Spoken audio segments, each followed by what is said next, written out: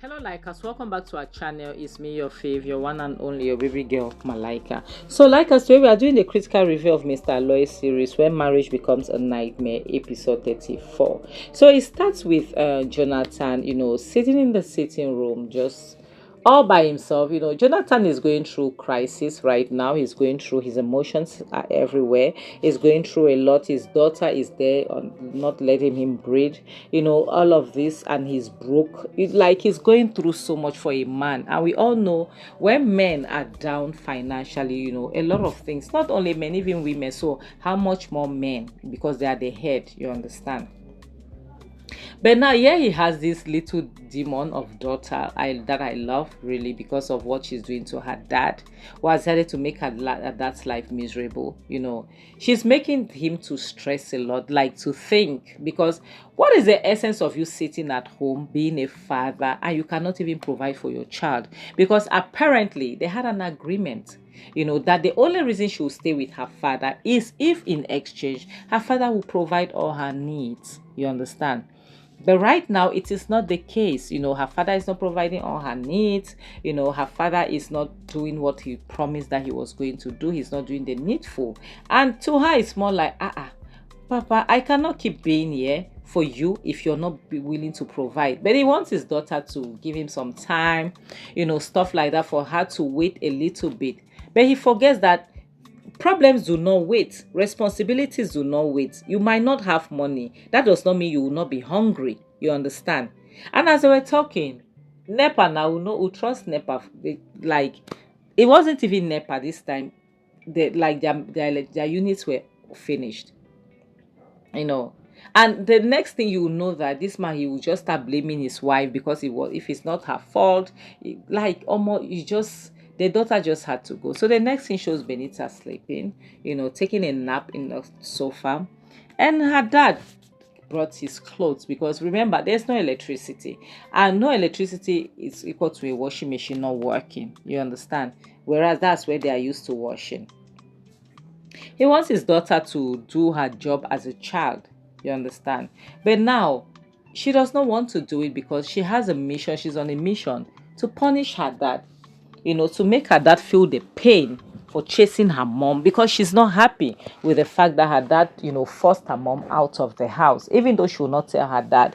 But she isn't happy with her father. So her father wants her to do his laundry, but she's not having it. And to her father, she's supposed to do it, because to Jonathan, she's supposed to do it because she's a child, she's his child. It doesn't matter whether she knows how to do it or not.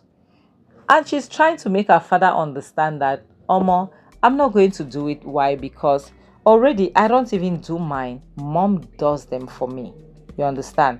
So you wanting me to do them, it's reaching. You understand? I can't do it.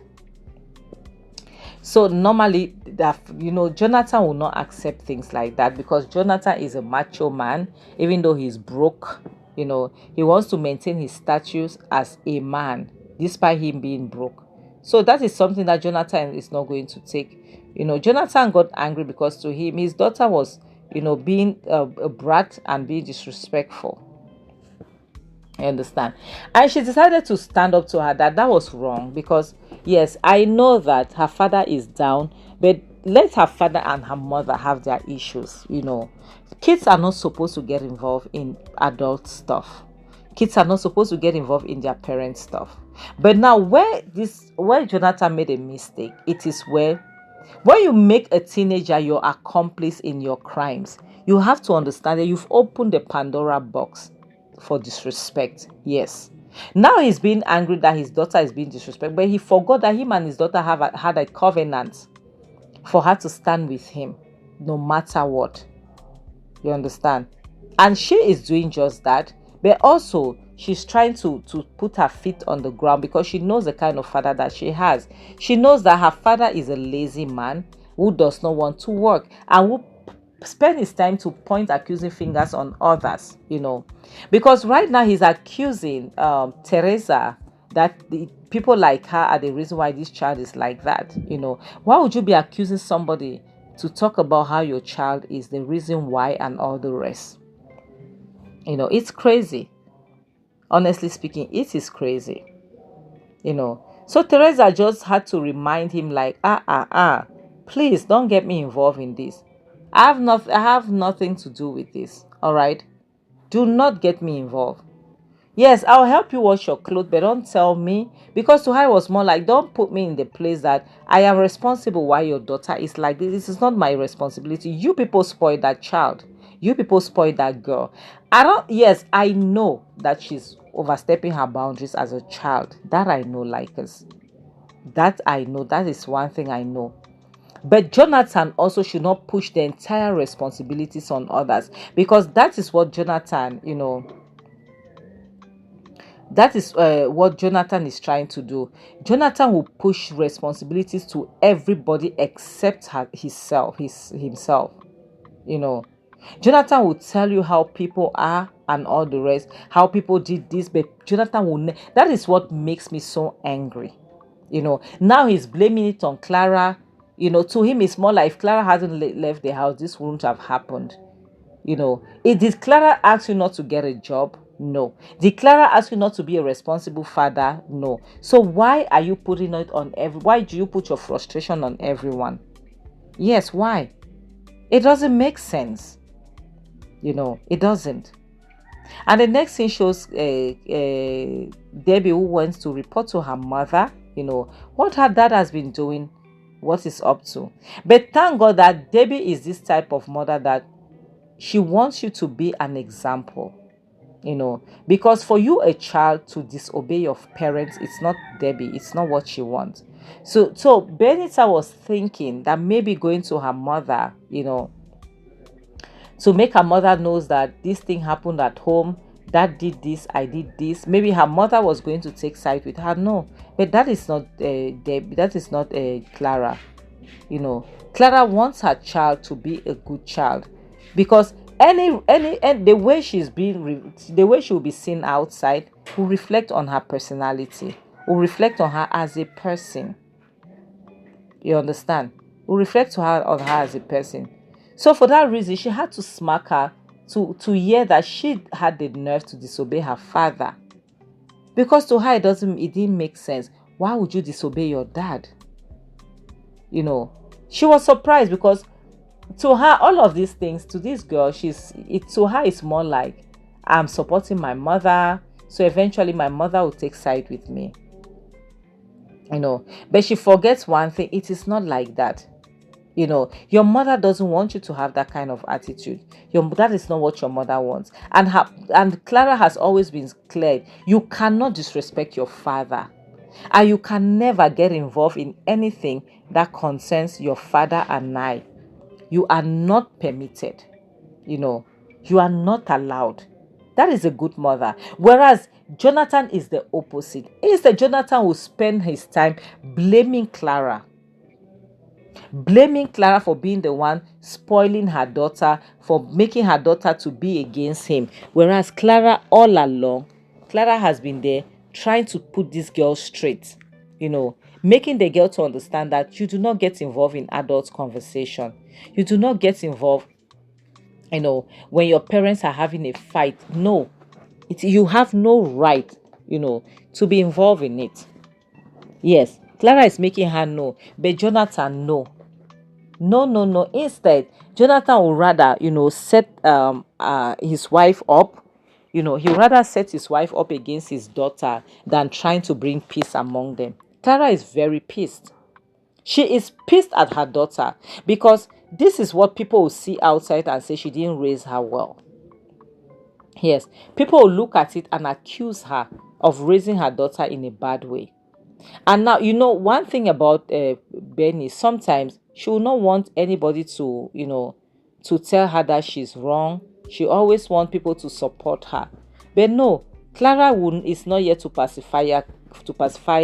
Clara is here to raise a woman that respects her parents. Yes, she's here to raise a grown woman. And Benny, obviously, she didn't like the way her mom spoke to her, and she had to leave. She had to walk out on her mother. Despite her mother calling her, asking her to come back, she had to walk out on her. So the next thing shows Heinz and his PI. He was like wondering, like, guy, I've given you job for so long now. How come you are, you know, it's more like you don't care about the job and all the rest. You went MIA, missing in action. What happened and all the rest. So, like, he wanted to understand what was going down. So the PI tried to summarize things and to make him understand. At the end of the day, like us, it's funny how a crime will happen somewhere, right?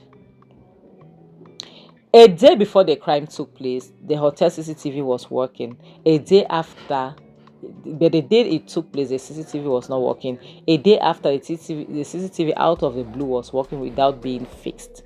You know, so at this point, it means there is something wrong.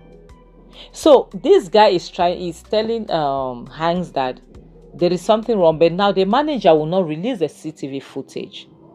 So Hanks wanted them to be arrested, whereas that is not how the law works. The law is very complicated. It's complex, You cannot arrest somebody. It's not that because our Obodo Nigeria people, I can be here now. Somebody go and lie that you heard a child crying in Malaika's room, maybe she has colobit somebody's child. Rather than them to come and investigate by maybe asking my neighbors, have you heard? No, they'll just come and arrest me without even a warrant. But that is not how the law works. So he told Hanks that they cannot be arrested. He cannot be arrested, and they cannot go there without a search warrant. They cannot go there without those things. And they need a valid reason for the district attorney, the DA, to be able to provide that, to give them the right. So he said he will continue with his investigation but he knows that the manager is involved. That is certain. So the next thing shows the PI and the manager. The PI was trying to investigate, asking questions here and there, asking the manager some questions, and the manager was trying to evade the questions. The manager was trying to behave as though he's being harassed. He was behaving as if he didn't know anything. He came out with that cook and bull story that the CCTV was faulty on that day, whereas the day before it wasn't faulty and the day after it wasn't faulty. And out of the blue, that Jesus Christ just made a miracle, it started working. Does it make sense? Okay, now let's assume that was what happened. So the PI, wanted to find out, like, if there was an exchange of email, because there should be an exchange of email, because he is nothing but a manager. That hotel has an owner. So if there's a owner for that hotel, it means that they need to get information, which means if there's somebody who owns the hotel, you must have sent an email to him telling him that, the CCTV is not working, madrisho, but there was nothing like such, So which means a foul play went on. And for this reason, they have to sue the hotel. Yes, so that the owner, when they sue the hotel, the owner will be aware, and the owner now will be forced to provide, and they want to see CCTV on that day, that particular day. It cannot be missing. So he left the manager with that thought and went.